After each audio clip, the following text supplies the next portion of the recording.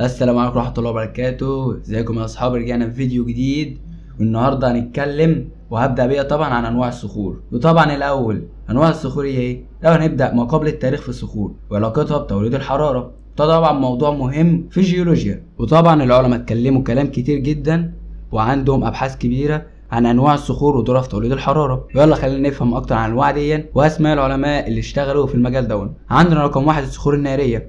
طبعا تكوينها هي بتتكون من ايه؟ عندنا الصخور النارية بتتكون لما المجامة او الحمم البركانية بتبرد وتتجمد، زي مثلا البازلت والجرانيت. طبعا ودورها في توليد الحرارة. الحمم البركانية دي بتكون ساخنة جدا وما بتتجمد طلع حرارة كبيرة. تاني حاجة معانا الصخور الرسوبية، وطبعا تكوينها ان هي تتكون من ترسب المواد المتسربة زي الرمال والطين على مر الزمان. يعني زمان عندنا الحجر الجيري والحجر الرملي. طبعا دورها في توليد الحرارة، برغم ان هي طبعا مش بتولد حرارة كبيرة او بنفس طريقه الصخور الناريه، لكن تفاعلاتها الكيميائيه في توليد الحراره بتبقى شديده شويه. معانا رقم 3 الصخور المتحوله. طبعا التكوين بتتكون من تحول الصخور الرسوبيه او الناريه بفعل الضغط او الحراره، زي مثلا الرخام والشيست. طبعا ودورها في توليد الحراره دي بتضغط الحراره وبتشفط اي حاجه اللي بتتعرض ليها الصخور دي، وبعدها بتطلع الحراره مره واحده. يلا نخش بقى على اسامي العلماء المشهورين في المجال دون.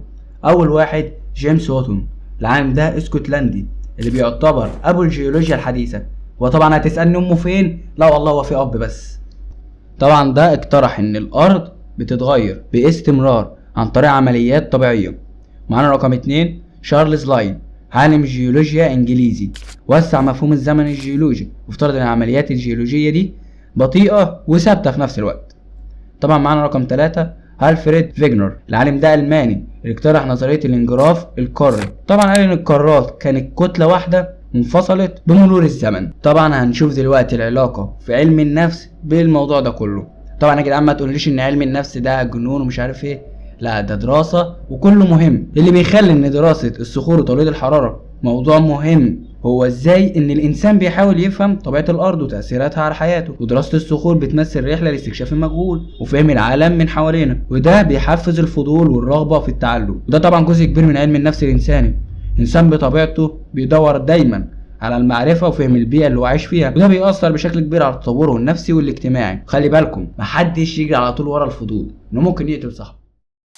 لكي نعرف ما هي الصخور التي تكونت في العصور القديمة أيا كانت متحجرة أم نارية، يجب علينا معرفة أنواع المعادن وما هي المعادن الغير مستقرة في الحياة. المعادن غير المستقرة هي تلك التي تتفكك بمرور الوقت إلى معادن أخرى أو إلى مواد غير مستقرة. عادة ما تنتج هذه المعادن عن التفكك النووي أو التحلل الإشعاعي. هذه العملية تؤدي في النهاية إلى تحول المعدن الأصلي إلى عناصر جديدة أو إلى نواتج نهائية من مخلفات غير مستقرة. هذه بعض الأمثلة على المعادن الغير مستقرة. 1 اليورانيوم، ويرمز له بالرمز يو، يتحلل ببطء إلى ثوريوم وهيليوم بإطلاق إشعاعات ألفا. ثانيا الثوريوم، يرمز له بالرمز TH، يتحلل ببطء إلى راديوم وهيليوم بإطلاق إشعاعات ألفا. ثالثا الراديوم، يرمز له بالرمز RA،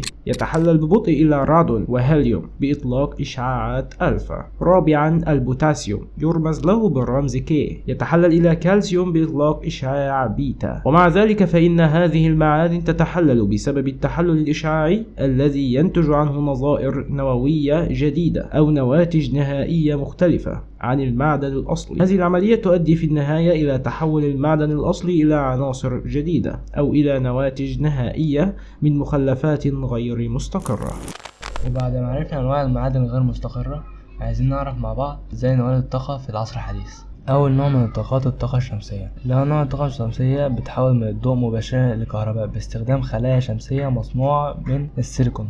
محطات الطاقة الشمسية المركزة بتستخدم مراية تركيز أشعة الشمس على نقطة واحدة لتسخين سائل وتحويله لبخار بيدور التوربينات. الطاقة الرياحية. توربينات الرياح، مراوح ضخمة بتتحرك بالفعل الرياح، بتدور المولدات وتوليد الكهرباء. بتتركب في أماكن فيها رياح قوية زي السواحل والصحاري. الطاقة المائية. السدود، بتستخدم تدفئة المياه لتدوير التوربينات وتوليد الكهرباء زي سد النهضة وسد أسوان. الطاقة الموجية، بتستخدم حركة الأمواج في البحار لتوليد الطاقة.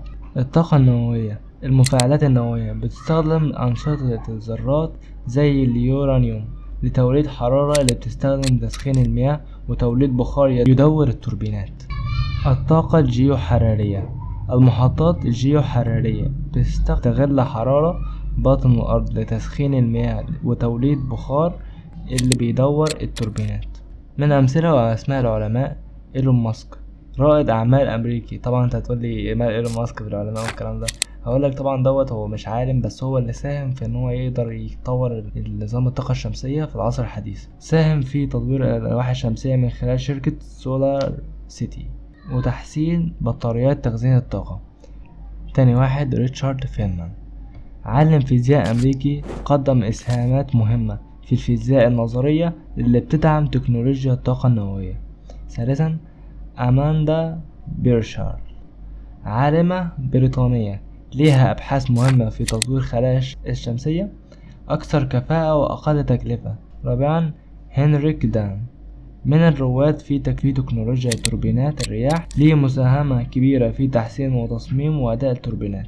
إيدا ميكولي، باحثة في طاقة الجيوحرارية، طورت تقنيات جديدة لاستخراج الطاقة من باطن الأرض بكفاءة أعلى. في النهاية التكنولوجيا في مجال توليد الطاقة بقت أكثر تقدما وتنوعا، وده بيساعد في الحصول على طاقة أكثر استدامة وأقل ضرر للبيئة.